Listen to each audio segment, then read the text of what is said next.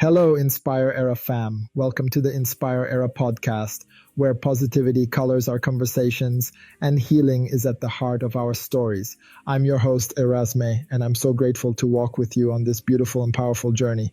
Let's be real for a second. Change can feel like chaos.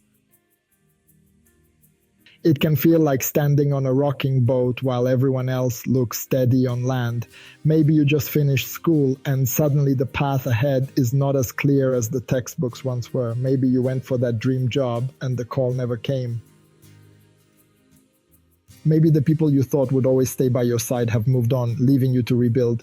Or maybe life just doesn't look like the vision board you made. And you know what? It's okay to feel overwhelmed by that. But here's the truth I want you to hold on to. Change is not the enemy, it's the invitation. It's not here to destroy you, it's here to grow you. Change is life's way of saying you're ready for more, even if it feels uncomfortable right now. Think about it. Every butterfly was once a caterpillar crawling on the ground, and before it could soar, it had to go through that dark, tight cocoon. That's not exactly a 5-star hotel experience, but inside that cocoon, transformation was happening.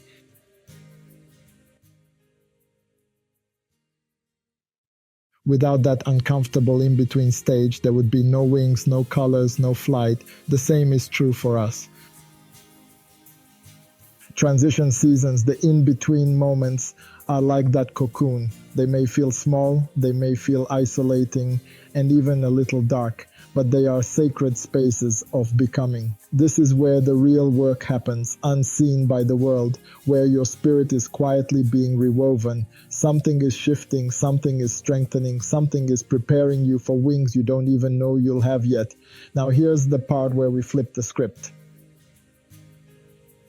Instead of fearing change, what if we started embracing it? Instead of seeing it as a loss, what if we saw it as a promotion? Instead of viewing it as chaos, what if we understood it as a divine reordering for our highest good? Because every ending is secretly the beginning of something else. Maybe that school ending wasn't rejection, maybe it was redirection. Maybe that relationship ending wasn't abandonment, maybe it was alignment. A necessary clearing to make room for the people who are actually meant to walk with you, to love you in the way your soul truly deserves. Maybe that missed opportunity wasn't a failure. Maybe it was protection, steering you toward something greater than you imagined. See, change often looks like subtraction, but in reality, it's multiplication in disguise. The doors that close are often making space for doors that lead to hallways you've never dreamed of walking. So, how do we embrace this practically? First, give yourself permission to feel. You don't have to fake strength. True resilience isn't about avoiding pain. It's about moving through it honestly, knowing that your vulnerability is a superpower. Cry if you need to. Write it out. Sit in silence. But don't stop there. Pick yourself up and remind yourself this is not the end of my story, it's the middle. Second, stay curious. Instead of asking why me in a tone of defeat, ask with genuine wonder, what is this teaching me? What strength is this trying to reveal within me? That shift in question turns pain into wisdom. And third, choose positivity. Not fake smiles or forced optimism, but the deep belief that life is for you, not against you. When you hold on to that, even the storm feels like it's carrying you to the next shore. So my friend, if you are in transition right now, hear me clearly. You are not stuck. You are shifting. You are not lost. You are being led. You are not falling apart. You are falling into place. This isn't punishment, it's preparation. Say this out loud with me. Change is not breaking me. Change is building me. So don't run from change. Dance with it. Don't fight it. Flow with it. Because life's greatest blessings often arrive wrapped in transitions.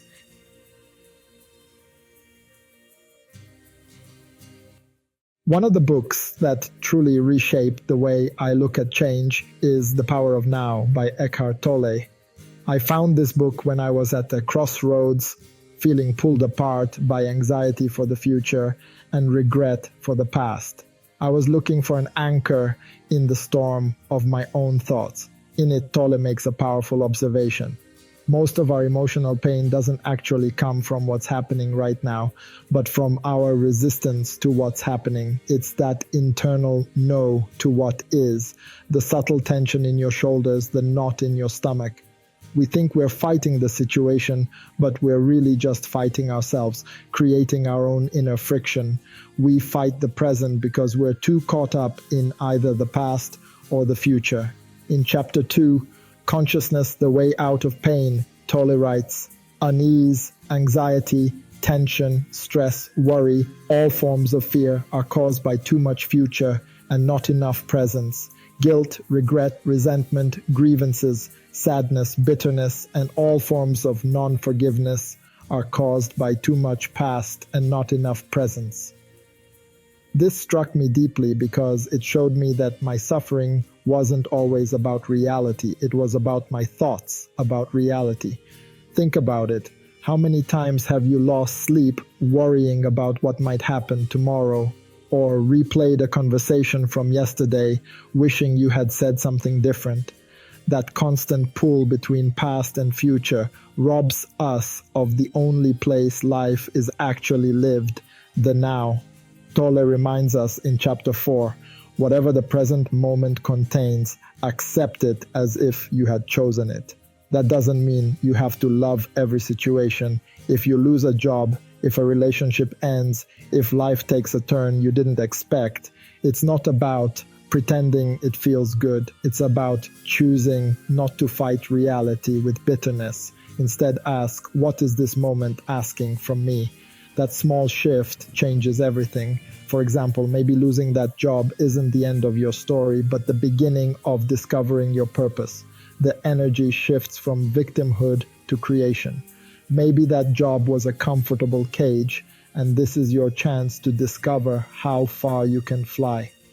The question changes from why me to what's next for me. Maybe the delay you're frustrated with is protecting you from something you don't yet see. When you stop resisting and start asking what this moment is here to teach you, you move from fear to power.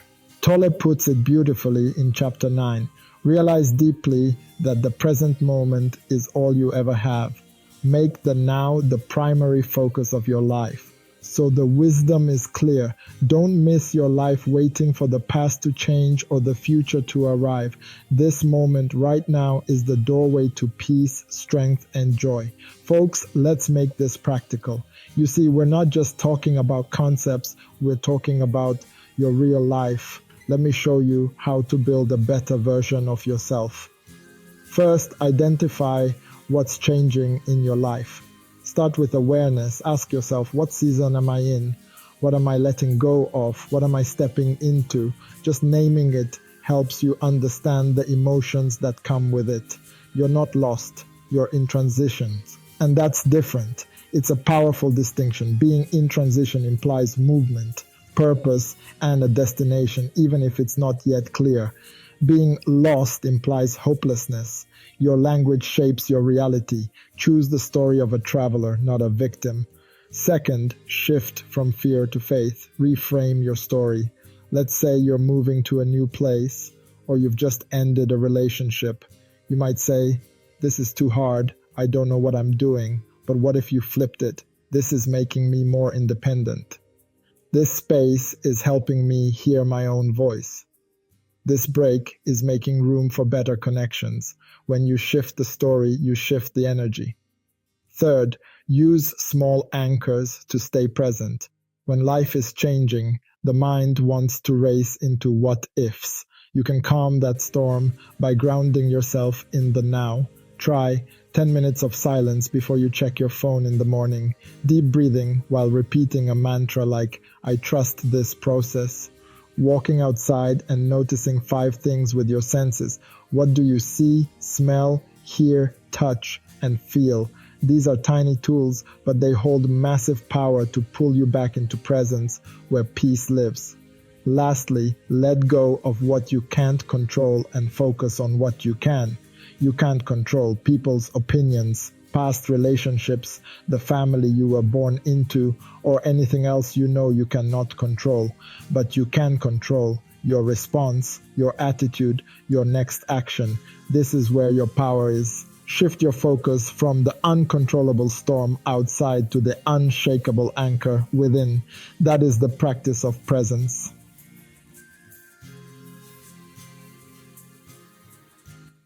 But you can always control your effort, your perspective, your next step. Focusing on these brings the chaos of the unknown back into your hands, grounding you in your own power. You don't have to figure out your entire future today. Just ask yourself, what is one thing I can do with love and intention today? This simple question is a powerful anchor in the storm of uncertainty. It shifts your focus from overwhelming anxiety to a single, manageable action.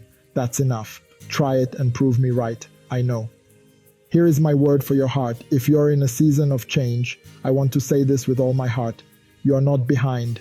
Your journey has its own sacred rhythm and timeline. You are not broken. You are being remolded into something even stronger, and you are not too late. You're evolving, and evolution doesn't happen in a comfort zone.